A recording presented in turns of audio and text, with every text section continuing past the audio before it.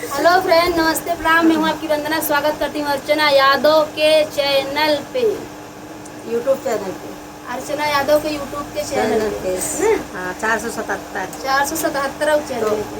आइए, प्यारा सा माता रानी का गीत हम लोग लेके आए हैं और कमेंट बॉक्स में बताइएगा माता रानी का गीत कैसा लगा आप लोगों को। वैसे बहुत ही सुंदर प्यारा सा माता रानी का गीत है। नवरात्रि का स्पेशल भजन है। कल नवरात्रि है। नवरात्रि की ढेर सारी शुभकामनाएं आप सभी को। रीता यादव चांदपुर है, उनके भी चैनल पर आप सभी का स्वागत है फ्रेंड। आइए माता रानी का गीत सुनते हैं।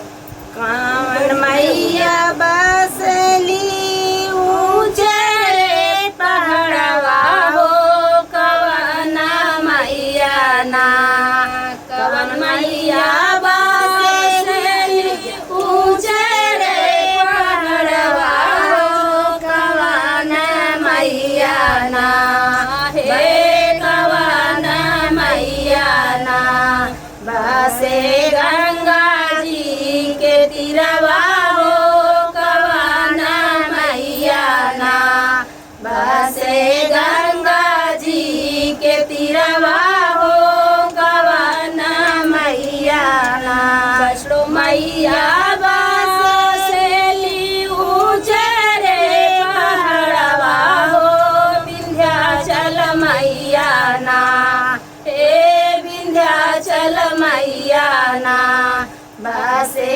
गंगा जी के तीरवा हो, विंध्याचल मैया ना, बसे गंगा जी के तीरवा हो, विंध्याचल मैया ना, कवन मैया करेली हंस के सावरिया हो, कवन मैया ना, हे कवन मैया ना, करे सेवा के सवरिया हो, कवन मैया ना, करे सेवा के सवरिया हो, कवन मैया ना, शारदा मैया